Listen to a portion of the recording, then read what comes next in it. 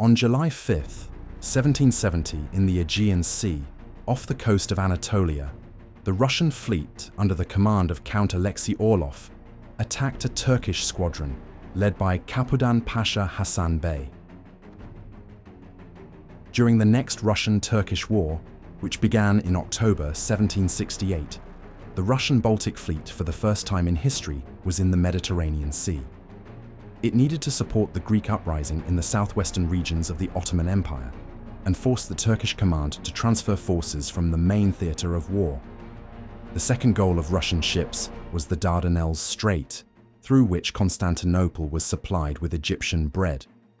With the help of blockade, Russian command hoped to cause a revolt in the capital of the Ottoman Empire. Arriving in the Aegean Sea, Russian ships attacked a number of Turkish fortresses, but the hope for a large-scale Greek revolt was not justified, and Aleksey Orlov decided to move on to the second task. To block the Dardanelles, it was necessary to neutralize the enemy fleet. According to intelligence, Turkish ships were off the coast of Anatolia, in the bay near the fortress of Chesma. Without wasting time, Russia moved to meet the enemy. The command decided to use unusual tactics. Line ships lined up in column and moving perpendicular to the enemy line were to approach the enemy, then turn left and cover the right flank of the enemy, creating a local advantage in strength. It was a risky maneuver. The ships at the time of rapprochement fell under the longitudinal fire of most of the Turkish squadron. At 11:30, Russian approached the enemy at 550 meters, after which the Turks opened fire. Hasan Bey built a squadron in two lines. In the first were the most capable ships. The second consisted mainly of mobilized merchant ships, which had 30 to 40 small caliber guns. Turkish ships anchored and took a good defensive position. The flanks were covered by shoals and reefs. The Turkish squadron greatly exceeded the Russian squadron in the total number of barrels.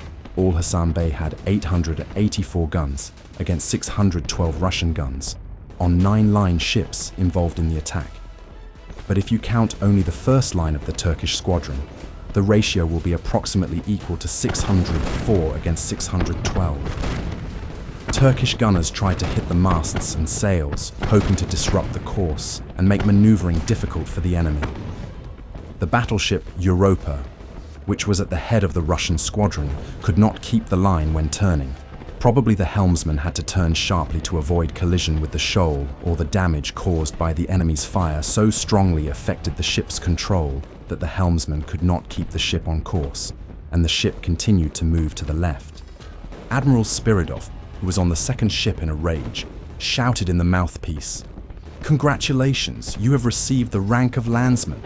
But his ship also failed to stay in line, and picked up by the current, collided with the Turkish flagship, which began to ignite a fire. The ships clashed with the spars. The crew rushed to the boarding.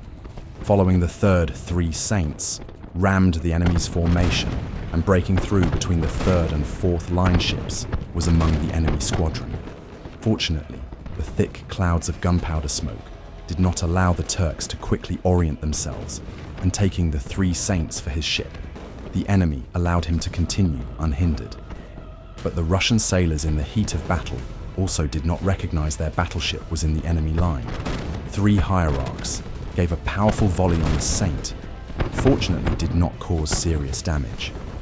As a result, the hapless captain managed to safely withdraw the ship with minimal losses. St. Januarius, 3 hierarchs, Rostislav clearly performed the maneuver and anchored, opening heavy fire on enemy ships. Saratov, Sviatoslav, "Don't touch me," lagged behind the main detachment and approached only towards the end of the battle. Meanwhile, Evstafi and burning Turkish flagship continued to fight. Gradually the fire spilled over, and the Russian ship, a few minutes later, sounded a powerful explosion. Flames soared into the air, burning debris scattered around. Of the 600 sailors of the Russian ship of the line, survived less than 100, including the commander of the ship, Captain First-Rank Cruz. A few minutes later, the Turkish man-of-war exploded. Admiral Spiridov, in accordance with the statute, managed to leave the burning ship and transferred his flag to the 3 Saints. Russian ships dropped anchors and opened heavy fire. Cannonballs whistled through the air, hitting the wooden hull. Heavy cast iron shells with a crackle knocked out a large number of sharp splinters, causing serious damage to the team. In the battles of the sailing fleet, as a rule, sailors suffered the greatest losses from the shrapnel of their ship. Fortunately for the Russians, the second line of the enemy could not fire through their ships of the line and the enemy vessels of the left flank, because of the unfortunate direction of the wind and possibly fearing the attack of the retreating Russian rearguard passively anchored. The Turkish ship of the line, opposing the three hierarchs, could not withstand the fire and tried to move away, cutting the anchor ropes, but the crew managed to get rid of only one anchor. The second continued to hold the vessel in place, turning the ship's stern to the enemy. For 15 minutes, three hierarchs shot the enemy with longitudinal fire, inflicting heavy losses until finally the Turks cut the anchor rope. After a 3-hour battle, the Turkish squadron could not withstand and began to withdraw. Ships one after another haphazardly left the battle, taking refuge in the harbour. For several days the parties did not take active actions. The Turks managed to remove some of the guns from the vessels and set at the entrance to the harbour. Having consulted, the Russian command decided to try to burn the locked fleet of the enemy with the help of brander and bombardier ship. On the night of July 7th, 3 Russian ships of the line, 2 frigates, 4 brigands, and the bombardier ship Grom advanced towards the enemy squadron and opened fire with incendiary shells frames. The cage was an iron cage lined with oiled canvas. Combustibles were placed in the cage. Often the charge had hooks that clung to the rigging.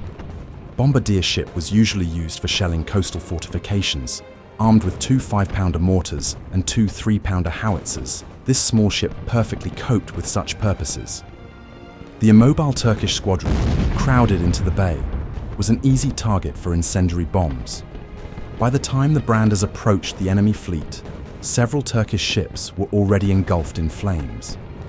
A brander is a ship filled with various combustibles and managed by a small crew.